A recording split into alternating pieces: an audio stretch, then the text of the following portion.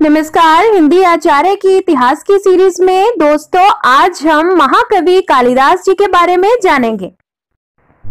इनका जन्म कब हुआ इसको लेकर इतिहासकारों में मतभेद है बच्चों। कुछ इतिहासकार इन्हें जो चंद्रगुप्त विक्रमादित्य हैं, जो गुप्त सम्राट थे चंद्रगुप्त विक्रमादित्य, उनके समय का बोलते हैं, यानी कि ईसा से 57 वर्ष पूर्व उन्होंने विक्रम संवत भी चलाया था। और दूसरे जो इतिहासकार हैं उन्हें वो चतुर्थ शताब्दी ईस्वी में से मानते हैं। तो जो भी हो, ये प्राचीन कवि हैं, हमारे महाकवि हैं और इनको भारत का शेक्सपियर भी कहा जाता है। हालांकि मुझे लगता है कि शेक्सपियर से अधिक महान इनकी जो कविताएं हैं, इनका जो काव्य है वो बहुत अधिक बढ़िया है उनका, शेक्सपियर से अधिक। और कुछ विद्वान इन्हें राष्ट्रीय कवि भी कहते हैं। तो दोस्तों अगर ये चंद्रगुप्त विक्रमादित्य के समय पर हुए थे तो इसका अर्थ है कि ये 2500 साल पुराने हैं। और अगर ये चौथी शताब्दी ईस्वी में हुए हैं तो यानी कि ये 1600 साल पुराने हैं। प्राचीन कवि हैं ये, भारत के संस्कृत भाषा के महान कवि हैं कालिदास। तो बच्चों इनके लिखे गए जो प्रमुख नाटक हैं उन्हें इस वीडियो में हम पढ़ेंगे एक एक करके। नाटककार और कवि होने के अलावा वो ज्योतिष के भी माना जाता है कि वो बहुत बड़े विशेषज्ञ थे, ज्ञाता थे ज्योतिष के। उत्तर कालामृतम नामक उन्होंने ज्योतिष के का एक ग्रंथ लिखा है और ऐसा माना जाता है कि वो देवी काली को बहुत मानते थे, उनकी पूजा करके ही उनको ज्योतिष का ज्ञान हुआ, इसलिए उन्होंने अपना नाम कालिदास रख लिया। तो चलिए अब एक एक करके उनकी रचनाओं के बारे में जानते हैं। सबसे पहले हम बात करेंगे मालविकाग्निमित्रम की। तो दोस्तों मालविकाग्निमित्रम कालिदास जी की सबसे पहली रचना मानी जाती है।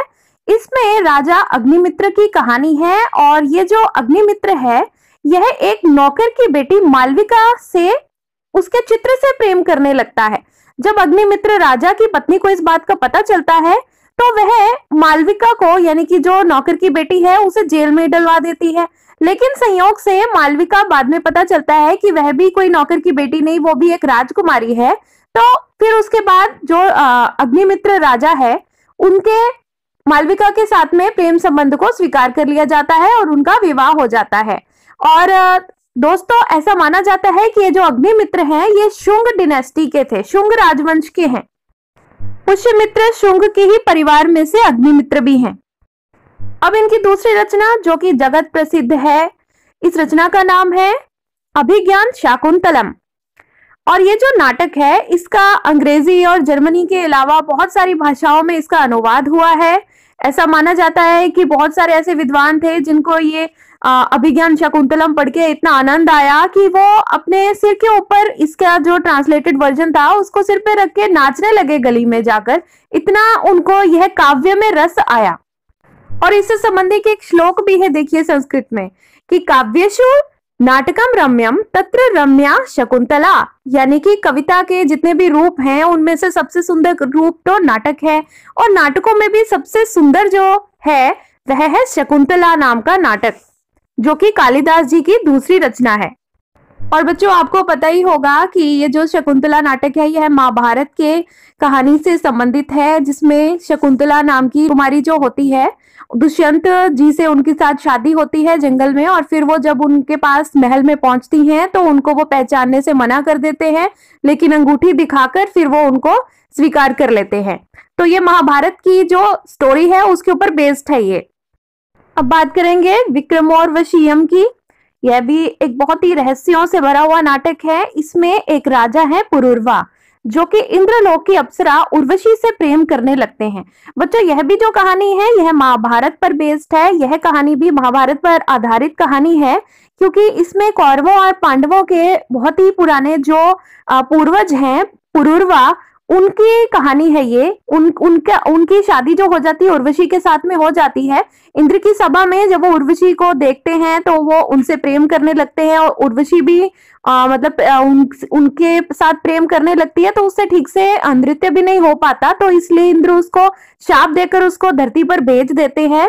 लेकिन उनका शाप ऐसा होता है कि वो उस शाप की ही वजह से फिर वापस भी चली जाएगी और फिर वो वापस चली जाती है और फिर जो पुरुरवा होते हैं वो बहुत ही दुखी होते हैं। तो यह कहानी भी महाभारत में आती है और इसी कहानी महाभारत के ऊपर ही कालिदास जी ने यह कहानी लिखी है, नाटक लिखा है। अब एक नाटक है कुमार संभवम। यह भी बहुत ही प्रसिद्ध नाटक है कालिदास जी का। कुमार संभवम में कुमार कौन से कुमार है? ये कार्तिकेय जी हैं। शिव पार्वती जी के जो पहले ज्येष्ठ पुत्र हैं कार्तिकेय जी, उनका जन्म कैसे होता है, उसमें उनसे संबंधित यह एक महाकाव्य है। यह संस्कृत के जो 5 महान महाकाव्य हैं उनमें से एक है कुमार संभवम। कैसे वसंत ऋतु आती है, शिव पार्वती का विवाह होता है और फिर किस तरह से उनका कुमार जी का जन्म होता है, यानी कि कार्तिकेय जी का जन्म होता है। अब इसके बाद रघुवंशम की बात करेंगे। रघुवंशम भी इनके कालिदास जी ने लिखा महाकाव्य है और ये इसमें रघु वंश के बारे में बताया गया है, क्योंकि जैसे आप जानते हो कि जो भगवान राम थे वो रघु राजा के कुल के थे, तो रघु जी का जो वंश है उनके वंश के बारे में बताया गया है, जिसमें दिलीप, रघु, दशरथ, राम जी, कुश और बहुत सारे आगे होने वाले राजा और उनसे पहले हो चुके राजा, उनके बारे में रघु वंश के बारे में बताया गया है। और देखिए एक मेघदूत है, यह गीति काव्य है, यह महाकाव्य नहीं, गीति काव्य है।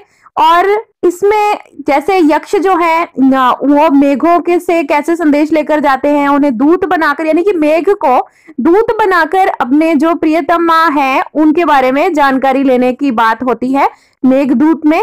और ऋतुसंहार में जो भी 6 ऋतुएं हैं, भारत ही एक ऐसा देश है जिसमें 6 की 6 ऋतुएं होती हैं, उन 6 की 6 ऋतुओं के बारे में बताया गया है। तो बच्चों आशा करती हूँ आपको कालिदास जी के बारे में, उनकी जो प्रमुख रचनाएं हैं उनके बारे में थोड़ी बहुत ये छोटी सी जानकारी अच्छी लगी होगी। आपको थोड़ा बहुत अब आइडिया हो गया होगा कालिदास जी की रचनाओं, उनको रट्टा मारने की जरूरत नहीं है। जब उनकी कहानियां आपको समझ में आ गई हैं मोटी मोटी, तो अब आप किसी भी प्रश्न का उत्तर उनसे संबंधित आप दे सकते हैं। तो आशा करती हूँ आपको ये वीडियो अच्छा लगा। इस तरह के इतिहास से संबंधित वीडियो देखने के लिए मेरे चैनल को सब्सक्राइब कीजिए। हिंदी आचार्य